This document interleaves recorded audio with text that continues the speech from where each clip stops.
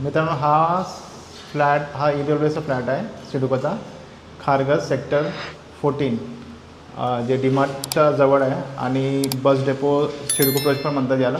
तर याचा तुम्ही एक सॅम्पल व्हिडिओ दाखवतो. तर हा इथे पहिला हा हॉल आहे.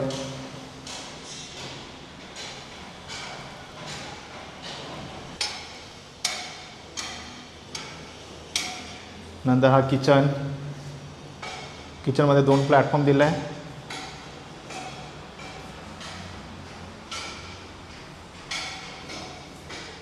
हा विंडो,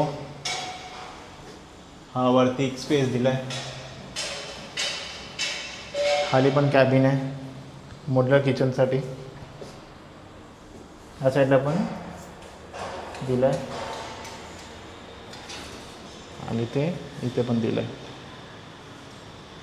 नंतर जस्ट लेफ्ट साईडला बेडरूम आणि बाथरूम टॉयलेट आहे. तर पहिला बेडरूम दाखवतो. हा बेडरूम झाला.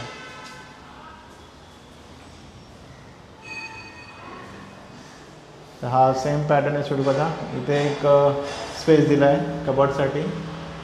वरती एक स्पेस दिला आहे विंडोच्या वरती. हा मोठा विंडो, म्हणजे विंडोच्या खाली स्पेस आहे.